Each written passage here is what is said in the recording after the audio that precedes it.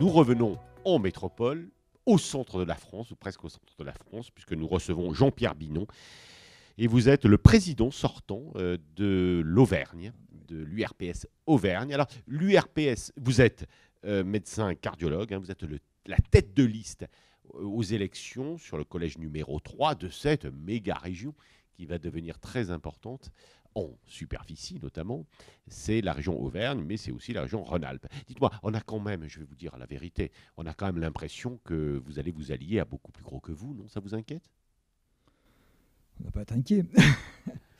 C'est un challenge, au contraire. C'est un challenge. Très vivifiant. Il est vrai qu'on va passer dans la deuxième région de France, avec 8 millions d'habitants. Il y a 11 000 médecins, un peu plus de 11 000 médecins en Rhône-Alpes. Il y en a 2 000 en Auvergne. Donc ça va être une grosse région. Ce qui nous effraie quand même le plus, c'est en effet ce que vous avez dit, c'est la géographie. Entre médecins qui travaille à la frontière suisse et celui qui est au fin fond du Cantal, on aura vous êtes médecin Moi, je suis dans l'Allier, un peu excentré également. Donc, ça sera ça le vrai problème. Enfin, un des problèmes à soulever pour le fonctionnement même de l'Union. D'accord. Mais vous, tête de liste, donc, vous serez tête de liste de ce collège 3, oui, avec donc cette vision globale que vous pourrez avoir, notamment dans votre collège, sur toutes les questions qui se posent, les questions médicales et sanitaires. Alors, effectivement, comment vous la définissez-vous? Comment vous définiriez-vous la situation médicale, sanitaire de cette grande région? Alors, il y aura le pôle lyonnais connu, le pôle grenoblois, le pôle clermontois qui est important, Saint-Étienne. Et puis alors, après, on voit bien toutes ces villes ou petits villages du centre de la France, très ruraux, c'est cela? C'est une région qui va être très contrastée. Avec des problèmes démographiques, de démographie médicale. Il va y avoir des problèmes de démographie médicale, mais avec des situations très différentes. Tout d'abord, c'est 4 villes de CHU, dont Lyon. C'est la Savoie, la Haute-Savoie, où là, les problèmes sont des problèmes de coût de l'exercice de la pratique. Et puis, dans l'Auvergne, on n'a pas ce type de problème, on a des problèmes de démographie médicale, que ce soit pour les médecins généralistes que pour les médecins spécialistes. Donc, il va falloir analyser tout cela, d'abord de près, avant de travailler et d'essayer de trouver des solutions.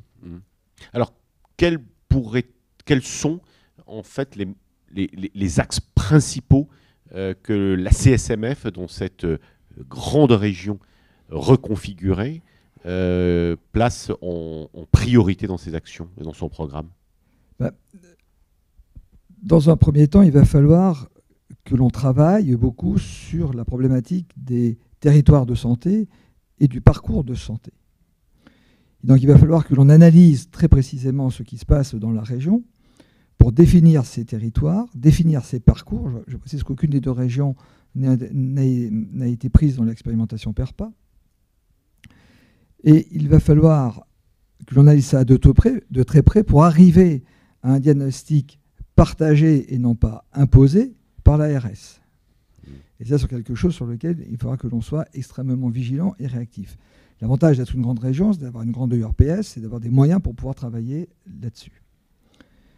Le deuxième axe, qui est important aussi pour nous, c'est de voir ce que va être l'impact de la réforme de l'hôpital public sur l'hospitalisation privée. Donc il faudra que nous soyons particulièrement vigilants sur ce que sera l'impact de la réforme de l'hôpital public avec la création des GHT sur l'hospitalisation, sur le fonctionnement des hôpitaux privés, et qu'on soit très vigilant donc sur tout ce qui est en termes de renouvellement d'autorisation, d'activité ou d'acquisition de matériel lourd. Oui. Il y a un déséquilibre entre l'hôpital. Il y aura dans cette nouvelle région une vraie prédominance de l'hôpital public, oui, probablement avec ces grands CHU. Alors, dans la nouvelle région, il y a bien sûr des gros CHU, il y a aussi des gros établissements privés. Moi, je sors d'une région où il y a quand même eu une politique menée par l'ARS très hospitalo-centrée, public-centrée. Donc on est vraiment particulièrement attentif à ce point.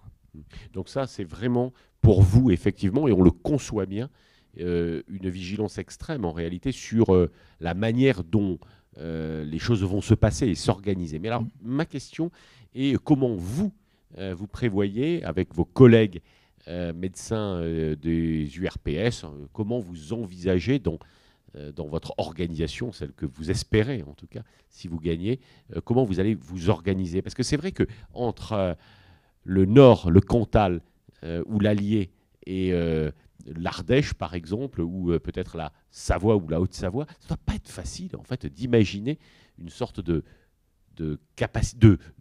modèle de travail entre vous, même pour s'organiser, pour comprendre les enjeux, vous réunir, etc.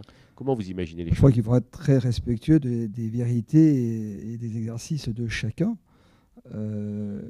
Ça sera aux élus de l'Union, donc qui seront représentants de l'ensemble de la région, de travailler et de collaborer pour apporter chacun la richesse de son territoire. Il n'y a que comme ça que l'on peut travailler.